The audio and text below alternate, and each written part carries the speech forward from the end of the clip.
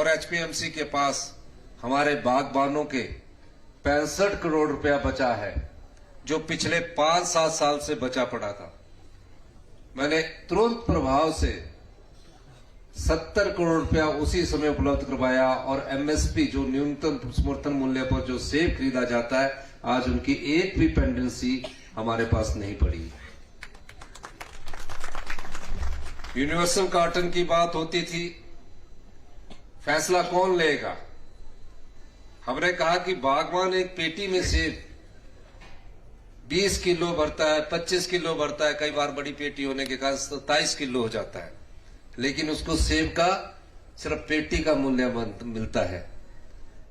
और उस मामले में मैंने जब बात की, मैंने अधिकारियों को निर्देश दिए, माननीय मंत्री जी को निर्देश दिए, और मुझे खुशी है कि इस वर्ष से हमने यूनिवर्सल कार्टन को आपके यहां लागू कर दिया है, ताकि जो आड़ती है, अगर किसी बागवान ने 20 किलो सेब की पेटी भरी है तो उसे 20 किलो का समर्थन मूल्य मिले, 20 किलो का मूल्य मिले। लेकिन होता क्या था, 27 किलो का बागवान को सेब भरा पेटी में होता था और मूल्य मिलता था 20 किलो का, तो 7 किलो का नुकसान बागवान को होता था। इसी प्रकार हमारी सरकार ने पराला में सीए स्टोर खोलने के जो अधूरा काम था उसको पूरा करने में हमने तीव्र गति से कार्य शुरू किया है, और जल्दी ही वो सीए स्टोर भी अभी शुरू हो जाएगा। अभी मैं रोडू गया था, आधी अधूरी बिल्डिंगें भारतीय जनता पार्टी के शासनकाल से चली हुई थी, 13 करोड़ रुपया उसमें उपलब्ध करवाया गया और 29 करोड़ की लागत से सीए स्टोर बनाने की हमने घोषणा की।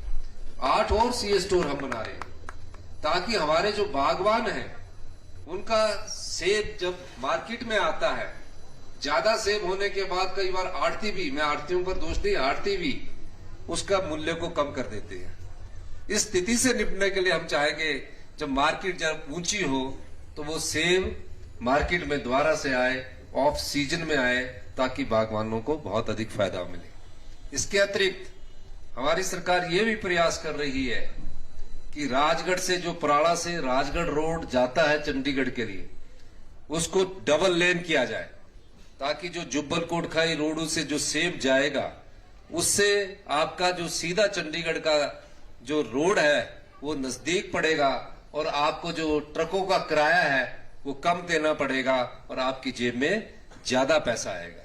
तो प्रयास हमारा ये है, जिन लोगों ने प्राकृतिक खेती की ओर ध्यान दिया होगा, हमारी सरकार ने ग्रामीण अर्थव्यवस्था को मजबूत करने के लिए महत्वपूर्ण कदम उठाए।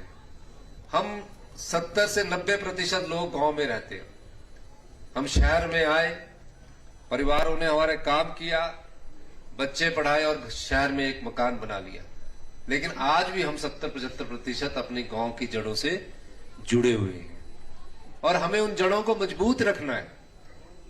वहां से अगर हम पलायन करेंगे उसका नुकसान होगा।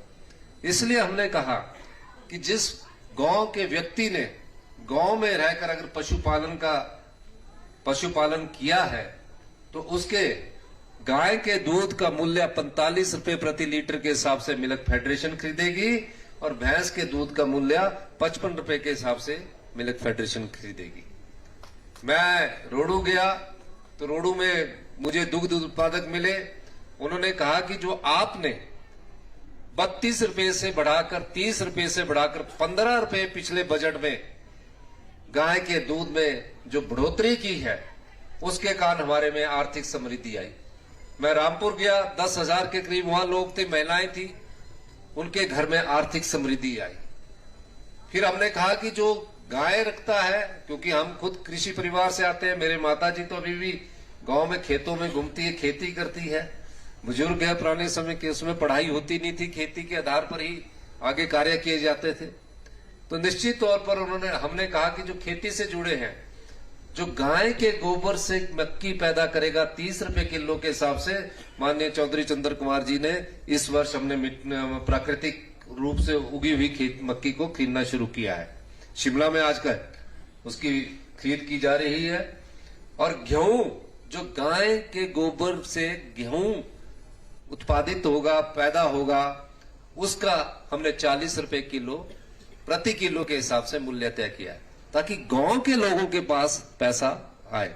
इस दृष्टि से हमारी सरकार सभी विभागों में व्यवस्था परिवर्तित कर रही है। जब से मैं सत्ता में हम आए हैं, हमने हमेशा कहा है कि हम 40-50 साल वाली पुरानी व्यवस्था के अनुरूप कार्य नहीं कर सकते, हमें व्यवस्था परिवर्तन करना होगा और आत्मनिर्भर हिमाचल की नींव की इस बारे में सोचना होगा।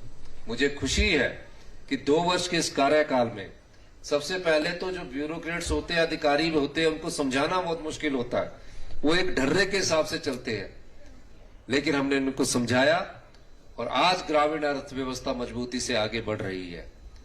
हमने जब सत्ता ली थी, शिक्षा संस्थानों का बुरा हाल था। मैं शिक्षा संस्थान को अपग्रेड कर सकता हूं, नोटिफिकेशन कर सकता हूं, अगर जब तक मैं उसमें अध्यापकों की नियुक्ति नहीं करूंगा तो हम उस गांव के स्कूल में पढ़ने वाले बच्चों को भी धोखा दे रहे हैं और जो बच्चे जिनके परिवार उन बच्चों को गवर्नमेंट स्कूलों में डाल रहे हैं उनको भी धोखा दे रहे हैं। तो हमने 6000 पोस्टें इस बार भरने का निर्णय लिया, जिसमें 3000 पोस्टें बैच वाइज भर दी गई है और 3000 के टेस्ट निकाले जाने हैं। आईजीएमसी का हाल देखिए, आईजीएमसी में आप जाते हैं, हम सब लोग, ये हमारा शिमला का कैपिटल का हॉस्पिटल है। आपने देखा होगा कि एक एक कैजुअलिटी में जैसे ही जाते हैं, एक बेड में 2 मरीज लेटे होते हैं, कोई नीचे बिस्तरे लगा के सोया होता है। हमने फैसला किया कि जो हेल्थ सेक्टर में जो हमारा निचला स्तर आया है, इसमें भी सुधार करना है और हमने आईजीएमसी के कैजुअलिटी डिपार्टमेंट को डिपार्टमेंट ऑफ इमरजेंसी मेडिसिन बनाया है। और हमने और मेरे साथी हरीश जनाटा जी मेरे साथ कई बार आईजीएमसी गए और हमने डिपार्टमेंट ऑफ इमरजेंसी मेडिसिन बनाया। आज इमरजेंसी मेडिसिन के कारण जो कैजुअलिटी में पहले मरीज आता था, आप देखना एक बेड पर एक आपको मरीज मिलेगा और डॉक्टर जो 72 घंटे से ऐसा शिफ्ट करने वाले थे, उनको कहा कि 8 घंटे इसमें डॉक्टर ड्यूटी देगा और जो स्टाफ नर्सेज अभी थोड़ी स्टाफ और इसको स्ट्रेंथनिंग करने की जरूरत है, एक स्टाफ नर्स 6 मरीजों का ख्याल रखेगी। तो इस तरह हम थोड़ा परिवर्तन कर रहे हैं, लेकिन इन सब परिवर्तनों के लिए, अच्छी हेल्थ के लिए, अच्छी शिक्षा के लिए और आर्थिक समृद्धि के लिए हमें जनता का साथ चाहिए, आप लोगों का साथ चाहिए। हम आपको कहना चाहते हैं कि 2027 तक हम हिमाचल प्रदेश को आत्मनिर्भर बनाएंगे और मैंने बार बार कहा है कि 2032 तक हम हिमाचल प्रदेश को हिंदुस्तान का सबसे समृद्धशाली और अमीर राज्य बनाएंगे। इस दिशा में परिवर्तन होना शुरू हो चुका है। इसलिए हम कहते हैं कि आपके पास अच्छी हेल्थ होगी, अच्छी शिक्षा होगी, आप गौरव से और गर्व से कह सकते हैं कि हम हिमाचल से आए हुए लोग हैं। हमारी सरकार कई और मूलभूत परिवर्तन कर रही है। हमारे फैसलों से आम व्यक्ति को कोई नुकसान नहीं होने वाला, हमारे फैसलों से गांव में रहने वाले व्यक्ति को कोई नुकसान नहीं होने वाला। कुछ लोगों को जरूर उस सब्सिडी से हमको छुटकारा दिलाना पड़ेगा जो लाखों रुपया इनकम टैक्स देते हैं, करोड़ों रुपया इनकम टैक्स देते हैं, फिर भी सरकार की सब्सिडी लेने में वो शर्म नहीं करते हैं।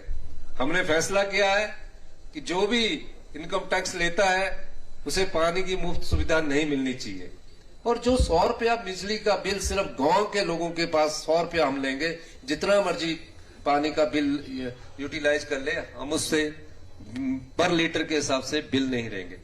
लेकिन शहरों में कई बड़े बड़े होटल बने हैं, शहरों में कई बड़े बड़े संस्थान बने हैं, उसमें हम बिजली और पानी के बिल में सब्सिडी दे तो हम समाज के उन लोगों का अधिकार छीनकर उन बड़े लोगों को दे रहे हैं जो जिस पर आप लोगों का अधिकार है। हम इस प्रकार से थोड़े फैसले करने जा रहे हैं। उस फैसलों का स्वाद आने वाले 1-2 वर्ष में स्वादिष्ट होगा, मीठा होगा। शिक्षा संस्थान को हम अच्छा बनाने जा रहे हैं। हमने Rajiv Gandhi day boarding school खोलने की शुरुआत कर दी है, उन पर कार्य शुरू हो चुका है। हॉस्पिटल पर हम ज्यादा पैसा खर्च करना चाह रहे हैं क्योंकि हेल्थ सेक्टर में अगर हम ज्यादा पैसा खर्च करेंगे और लेटेस्ट टेक्नोलॉजी जो दिल्ली में टेक्नोलॉजी मिलती है, उस टेक्नोलॉजी के संदर्भ में हमने बैठकें की है और जल्दी ही हम वो टेक्नोलॉजी अपने medical college IGMC, Tanda, Nerchowk और हमीरपुर में शुरू करने जा रहे हैं। इससे जिससे यहां से कोई हॉस्पिटल में आता है